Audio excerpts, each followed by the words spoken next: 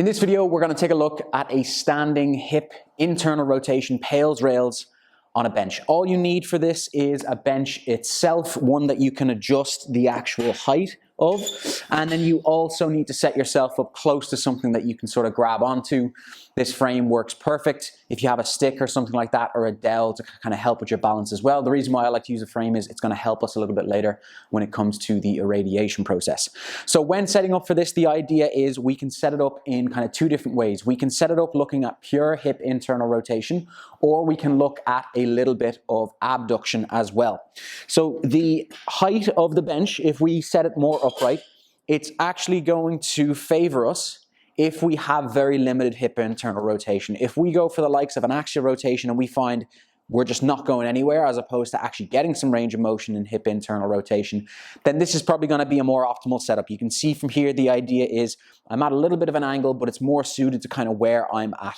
I can adjust my position, and the easiest way to assess from here is if you try to perform an axial rotation and you can actually move, the idea being that if you can actually get your foot off the bench while really focusing on hip internal rotation and not moving from anywhere else, then it's probably best to actually adjust it and test run a little bit lower. You'll go the same again, you'll have the knee relatively in line with the hip. Same again, if you can actually rotate and lift, you'll try again. You get it a little bit lower, and you can see from here, this setup is going to be perfect for me because as I go to drive, I'm finding it very difficult to actually drive and squeeze into hip internal rotation. So this is a perfect setup for me. As I was saying just there, the idea is we can look at pure hip internal rotation from more of a flexed position, or we can look at it from more of an abducted position. And this is where this setup just really suits us, because we can not only sort of get a perfect level of hip internal rotation for us, but we can then play around with the orientation of the body and really work on different aspects. So for example, we've gone through a hip car in sort of a standing position, and we've found that your ability to internally rotate the hip in this sort of abducted position is quite limited. Then this is going to be a good setup. You can get yourself up into that sort of internally rotated position, and you can focus on sort of driving from here. And I'm really getting a lot of tension around the hip. You can see this is a very suitable setup for addressing this specific issue, okay? So now that we've sort of had a look at most of that, let's actually set up and go through some of the minor adjustments that we might see. That's probably going to solve a lot of our issues. You can probably set it up where you've maybe got something that's actually you don't want to be falling down on the bench itself. So if you have your skin as a point of contact, that's usually very good. If you have clothes on, you're probably going to find that you'll very easily slide off the bench. So if you can find a way of sort of getting a little bit of grip, maybe put a towel down or something like that, that can also help as well. Just setting yourself up, getting yourself up with that knee, and let's find ourselves in this position, okay? Let's press the timer from here, and then we'll wait for our 2 minutes, and we'll sort of ramp up to our PAILs rails effort.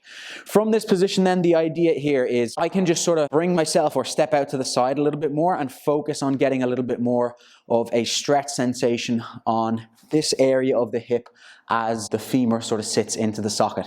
From this position then, I can play around potentially with the orientation of the pelvis. I can go through a little bit of anterior and posterior tilt, this idea of getting potentially like the belt buckle up to the face, and then I can just play around with sort of the degree of how much am I going to potentially fold in towards the hip itself? Is that increasing the level of stretch that I'm finding deep within the capsule?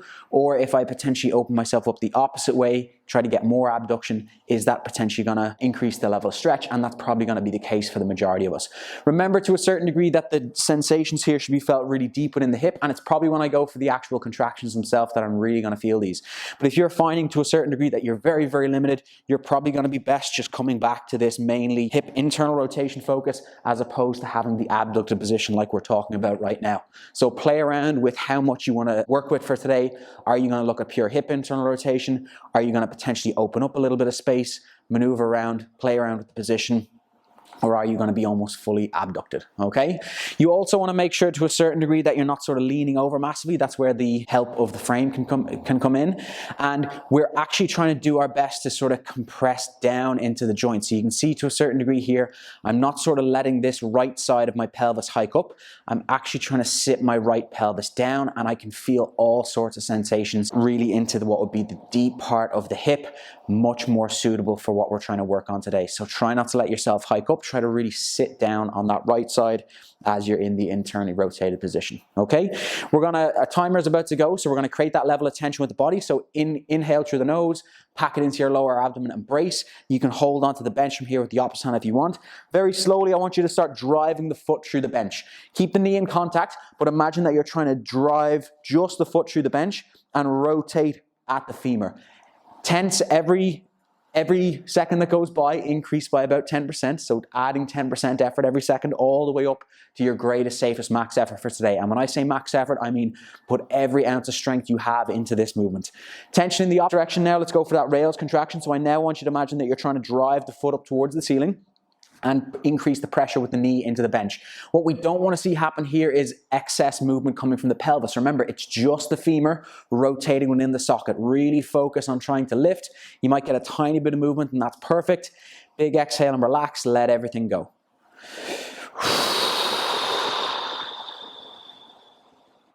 Micro little adjustments to the position as long as you haven't lost anything massively.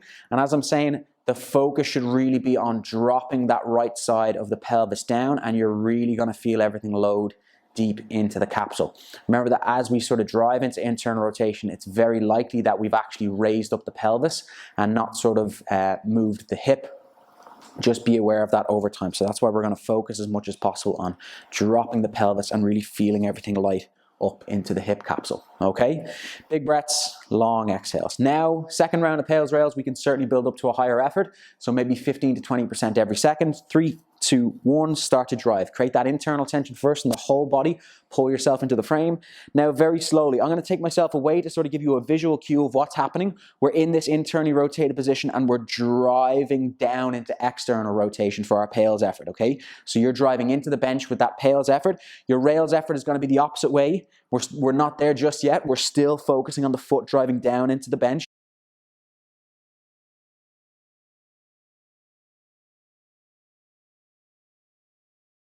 You're imagining that you're trying to lift the foot off the bench while also driving the knee into the bench too. And as I said, no excess movement for the rest of the body, no leaning, just really focus on losing contact with the foot and the femur, the head of the femur within the socket, rotating and contracting. Connect all of that tissue on the lateral side of the hip. 3, 2, 1, let the tension go. Exhale and relax. Think of all the tension around the hips suddenly dissipating. It's reducing. You're trying to focus on your breath. You're trying to exhale and relax. Every second that goes by, putting just as much emphasis in the relaxation as you did the contractions and tension that you built. Remember that you don't want to come out of the position straight away. We do want to relax. We do want to learn how to calm the nervous system down. That's how we're going to build some tolerance to a lot of these positions over time.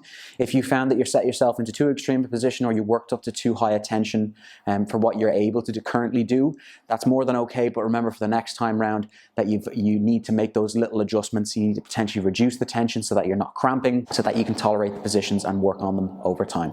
Okay, let's come out of that position now nice and slow and obviously set up for the opposite side. But before that, you just want to sort of move about the hip. You'll find that a lot of the tissue to a certain degree is the response, as we've said, from the nervous system can be quite high. So small little movements, little axial rotations, flexions, extensions, abductions, and even small little hip car can just help with the tension that you're now feeling in the hip. Fantastic, fantastic movement really for opening up what is hip internal rotation, that capacity to actually rotate the hip. So if you have any questions on that video or anything that I've just gone through there, be sure to leave them in the comment section below. If you think someone's going to find this valuable, be sure to share it with them or like the video yourself. And if you want to see more videos like this in the future, be sure to subscribe to the page. I'll see you soon, folks.